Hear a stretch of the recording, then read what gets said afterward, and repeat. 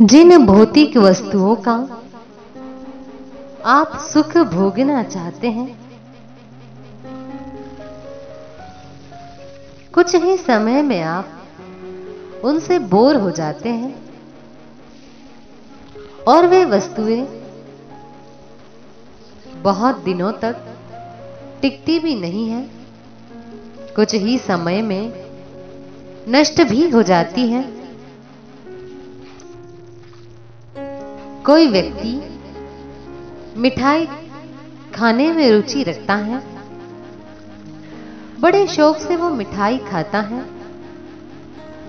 और 5-10 मिनट में ही उससे ऊब जाता है। 2 दिन वो फिर मिठाई खाता है,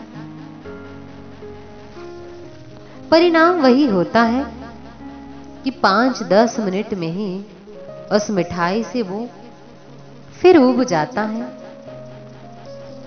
इस प्रकार से जो जो वस्तुएं उसे पसंद है, व्यक्ति को जो सुखदायक लगती है, उन वस्तुओं से व्यक्ति कुछ ही समय में ऊब जाता है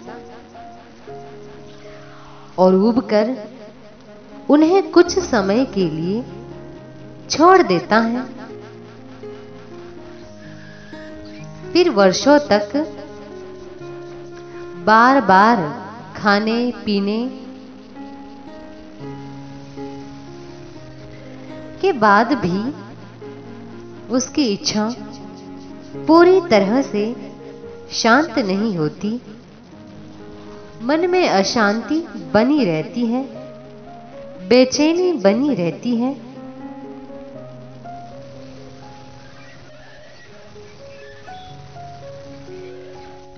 वो ऐसा नहीं सोचता कि अब की बार खूब जमकर मिठाई खाएंगे और फिर कभी जीवन में दोबारा नहीं खाएंगे।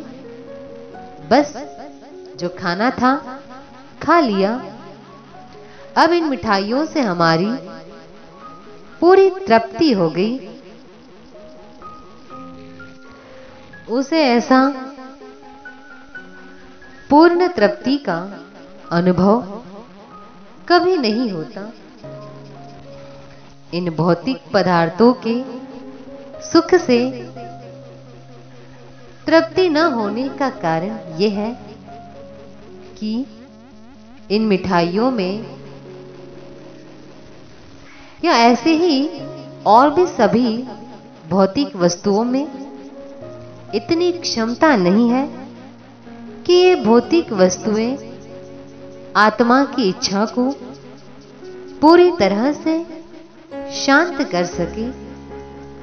थोड़ा सा क्षणिक सुख इन भौतिक वस्तुओं से मिलता है और शीघ्र ही समाप्त हो जाता है। आत्मा की भोगने की शक्ति तो अधिक है, परंतु इन भौतिक वस्तुओं में लंबे समय तक लगातार सुख देने की क्षमता नहीं है। इसीलिए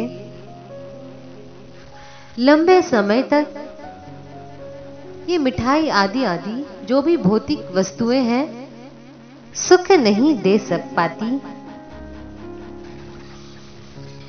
ये भौतिक वस्तुएं स्वयं भी बहुत लंबे समय तक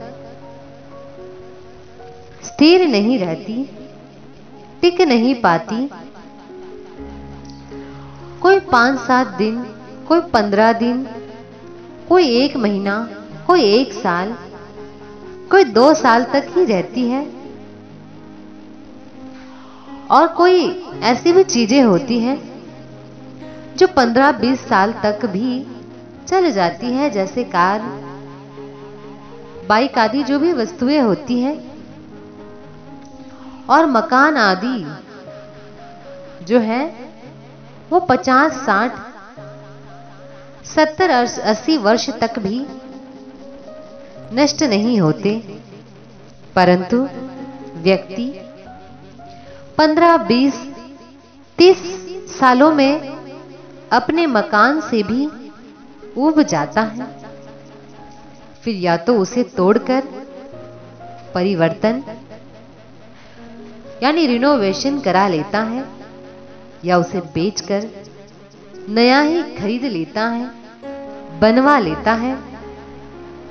इसीलिए भी इन वस्तुओं से पूर्ण और स्थायी सुख प्राप्ति की कोई आशा या संभावना नहीं है, क्योंकि ये खुद ही टिकाऊ नहीं है।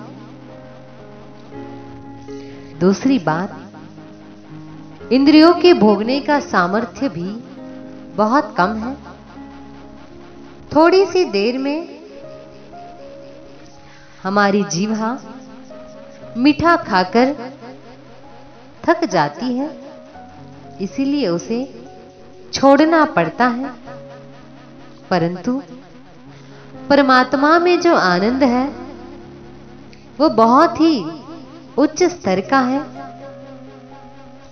उसे भोगने पर आत्मा को अतृप्ति या अधूरापन अनुभव नहीं होता।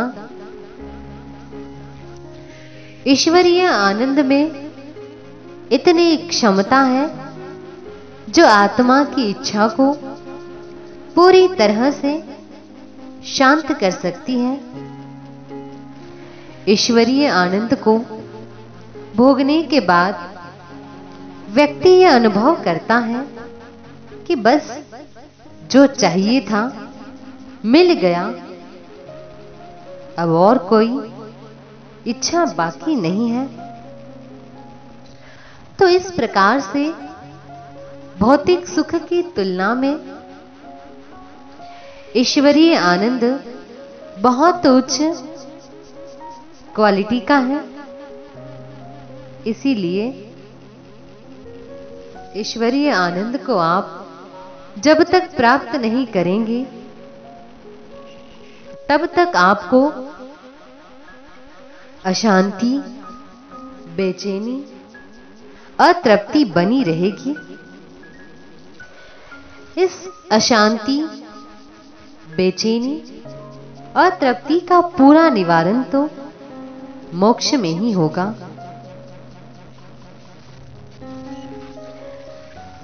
इसलिए मोक्ष प्राप्ति का प्रयत्न करना चाहिए।